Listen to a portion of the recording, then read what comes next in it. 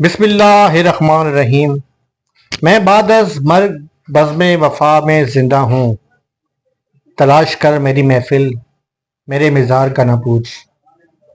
कायदे अवाम शहीद जुल्फ़िकार अली भुट्टो आज भी लाखों दिलों पर राज करते हैं।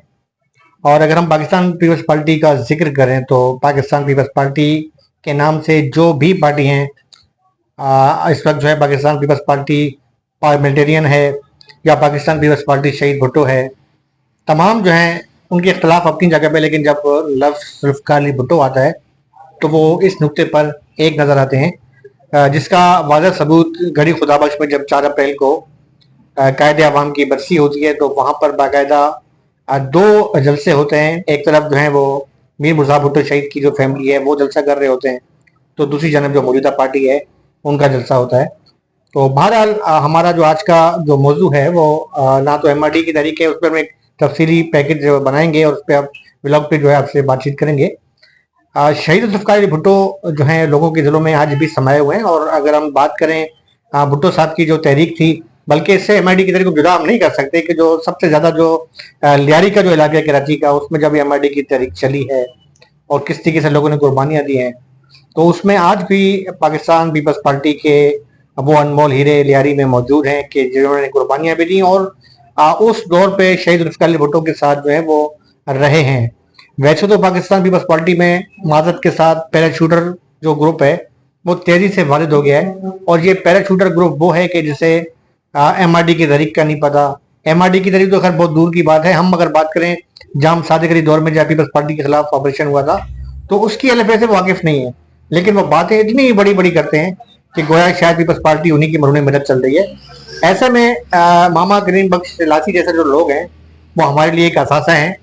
आज चूंकि मैं लियारी अपने आबाई घर पर आया तो करीम बख्श साहब जो इनकी मैं मुख्तसर से तारफ हो तो खुद बताएंगे, लेकिन मैं ये करवा सकता हूँ कि जब हम छोटे छोटे होते थे और यहाँ पर 5 जुलाई योम स्याह क्या क्या गासिब आ गया, जो एक काले रंग का जो है वो हाथ से लिखा हुआ स्टिकर खंभों पे लगता था, तो हम सोचते थे कि 5 जुलाई क्या है।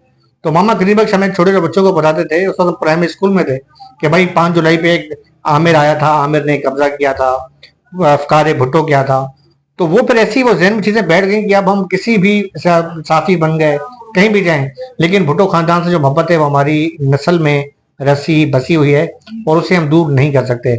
ये वो शख्सियत है कि मैंने अपनी आंखों से जो है MRD की तहरीक में जो है इनकी कुर्बानियां देखी हैं यहाँ पर। और इस यहाँ पर स्पीकर उस दौर में कि जब मार्शल का दौर था, ये जो है स्टिकर लगाना और पार्टी के लिए काम करना।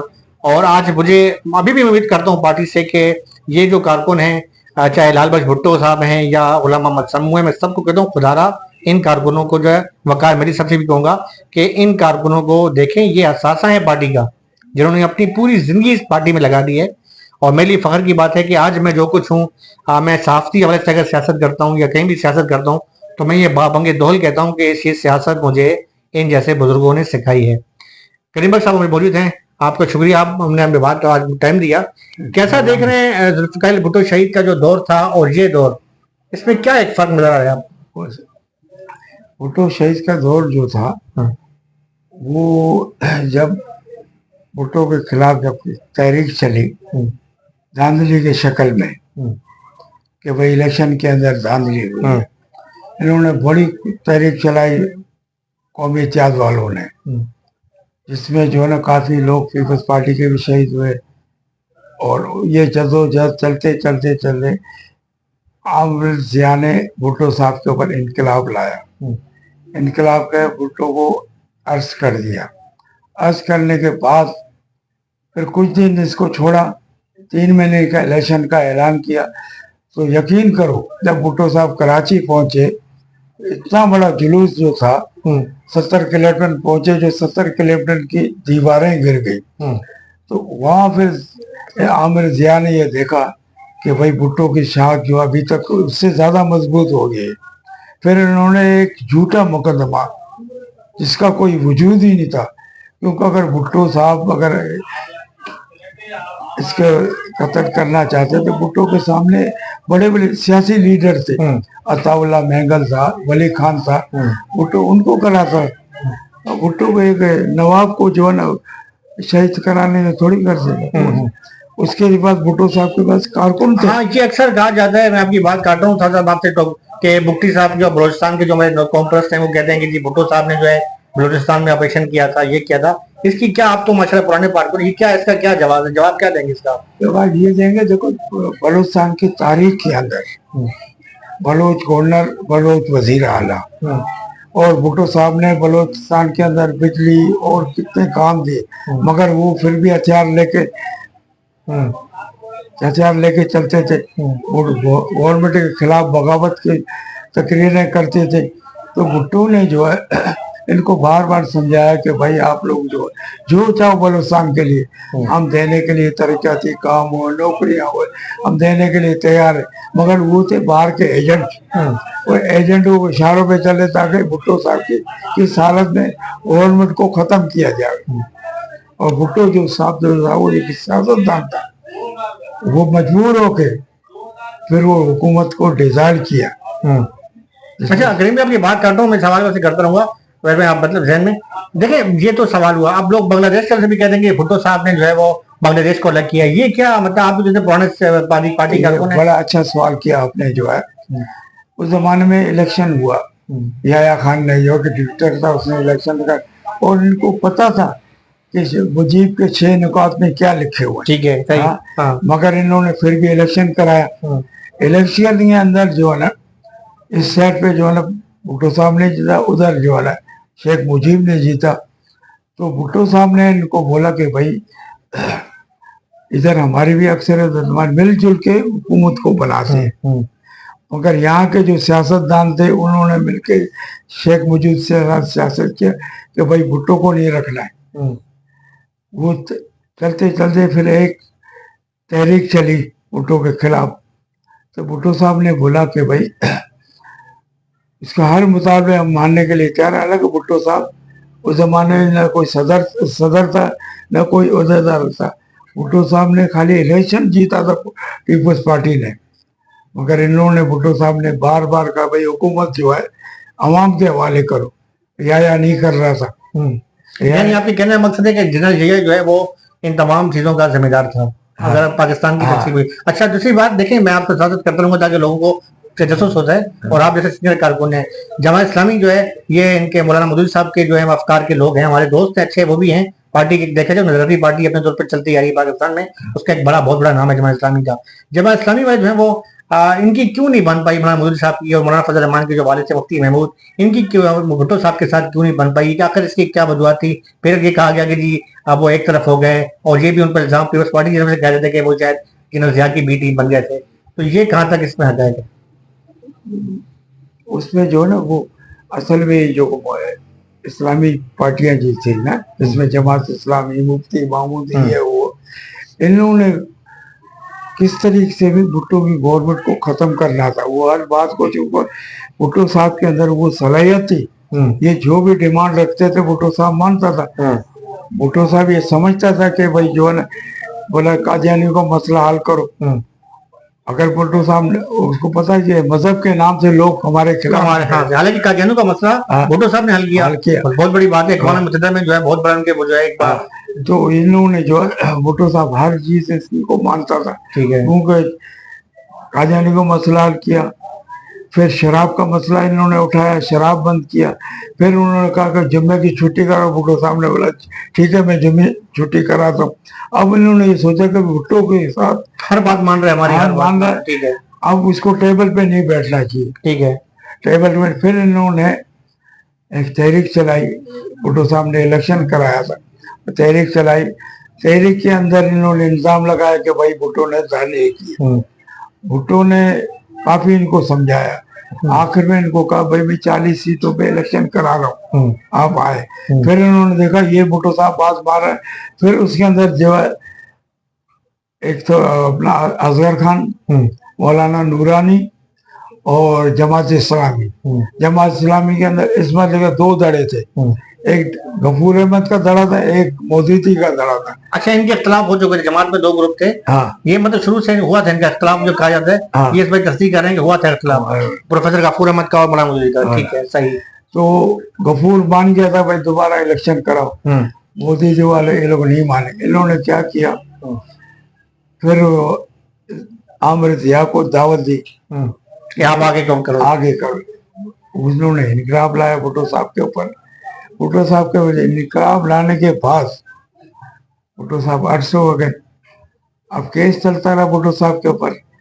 भुट्टो साहब जो इतना बहादुर किस्म का आदमी था, मैं कहता हूँ पूरी तारीख के अंदर ऐसा बहादुर आदमी हमने नहीं देखा।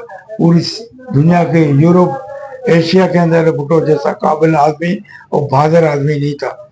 उसने जब उसको अरेस्ट किया, काफी गवर्नमेंट के लोग जाए भाई ये चीजें तुम छोड़ो, हम तो वो रिहा कर।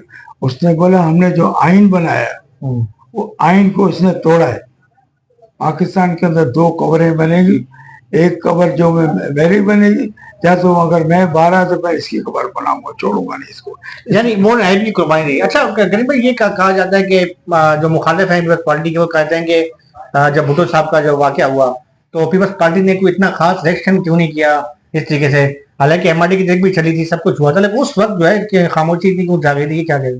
उसकी वजह ये थी कि हमारी जो बड़ी लीडरशिप थी ना, जैसे मुमताज भुट्टो था, पीरजादा था और जतोई था, इन लोगों ने जो है ना खामोशी इख्तियार की। क्योंकि जब हम पीरजादे और मुमताज साहब से हमारे साथ मसरूर अकबर भी साहब थे हाई कोर्ट में, जब मसूद हसन, हाँ जो अभी पीपल्स पार्टी सेंटर, हम लोग जब उनके पास गए, भाई भुट्टो साहब को जो है ना ये फांसी दे रहे, तहरीक चलाओ, तो पीरजादे का जवाब था कि भुट्टो साहब जो है ना इस्लामी चेयरमैन है, पार्टी का बड़ा है, ये वो इसको फांसी नहीं देंगे।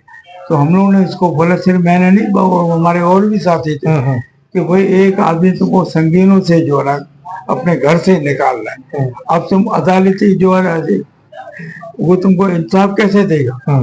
इसके लिए जदोजहद करना चाहिए, बाहर निकलो। मगर हमारे लीडर जो खामोश, अब गरीब वर्कर थे वो निकले बाहर, उन्होंने तहरीक जलाई, लोगों ने अपने को जलाया। लेकिन ये बात सच है, कुछ वफाद प्रशस्त थे कि जो जिन्होंने कारकुनों को बाहर नहीं, जैसे आजकल के बड़े छूट रहे हैं पार्टी में, ऐसे उस दौर में भी होंगे जिन्होंने मफाद लिए और इस पार्टी को जो कारकुनों को जो है वो कारकुनों को कुर्बानियां दी, खुद जो उन्होंने अपना ये है। वाक़ा तो यहाँ तक कि भुट्टो साहब जेल में था, हमारे बड़े लीडरों ने शादी की। फिर एक दफा हम गए थे हाई कोर्ट के अंदर, हम साथ बैठा हुआ था, तो एक सखर का कोई कौमी असेंबली का मेंबर था, उससे वो पूछ रहा कि आज क्रिकेट ने क्या किसने जीता। तो उसने हम लोग को बोला देखो इसका चाचे का अभी इसको फांसी दी गई है, और उसको वो फिक्र नहीं है, क्रिकेट की फिक्र है। और कुछ ऐसे भी थे नवाज जिन्होंने मिठाइयाँ बांटी थी, और मिठाई लाड़काना में ये अपना निसार खोलो था।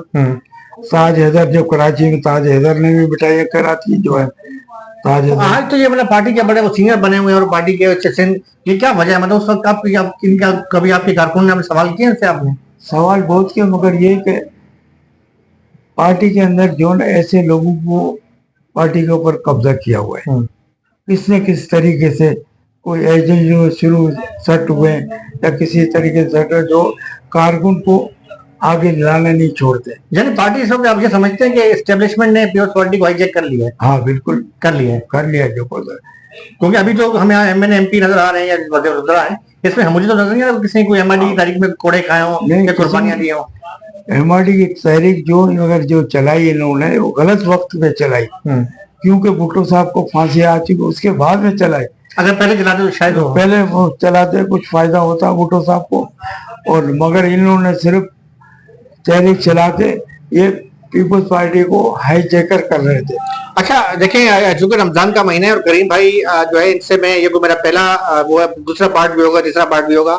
ये पार्टी के वो लोग हैं जो असासा हैं, और इनसे मैं अगला जो अपना ब्लॉग बनाऊंगा उसके अंदर मैं मजीद पूछूंगा कि पार्टी में क्या खामियां थी। और ये हमारा जो ब्लॉग होगा इंशाल्लाह ये उन पैरा शूटर जो यहाँ पे वारिद हुए हैं पार्टी के अंदर, जिन्होंने पार्टी पे कब्जा किया है, उनके लिए एक बहुत बड़ा एक जवाब भी होगा। और ये कारकुनों की जो पार्टी की रियासत हकदार कारकुन है, ख्वाह वो पाकिस्तान पीपल्स पार्टी के हैं, सिंध पीपल्स यूथ के हैं, पीपल्स स्टूडेंट फेडरेशन के हैं या पीपल्स लेबर ब्यूरो के हैं, ये उनके लिए जो है उनके लिए एक बहुत बड़ा एक तोहफा होगा और इसको जो है हम जारी रखेंगे। मैं चाहता हूँ कि जो हमारा अगला व्लॉग हो इसके हवाले से कोई आपके जहन में सवाल हो पीपल्स पार्टी के हवाले से, क्योंकि ये सीनियर रहनुमा हमारे साथ मौजूद होंगे। अगले व्लॉग में मैं आपसे फिर मिलूंगा, कुछ एमआरडी की तरह की बातें होंगी, कुछ मैं वो उनसे सवाल करूंगा कि शहीद भुट्टो क्यों बनी, असल वजह की वजूहत क्या थी, और कौन से पार्टी के ऐसे लोग थे जिन्होंने खुद शहीद भुट्टो को जो है वो हवा दी कि शहीद भुट्टो बने। तो इस हवाले से कुछ रमजान का महीना है, जाहिर है टाइम भी कम है, और मजीद अगले ब्लॉग के लिए मैं आपसे इजाजत देता हूँ। अगले ब्लॉग का जरूर इंतजार कीजिएगा। इसके साथ अपने भाई आफ्ताब हुसैन और फाम साफी को इजाजत दें। अल्लाह हाफिज।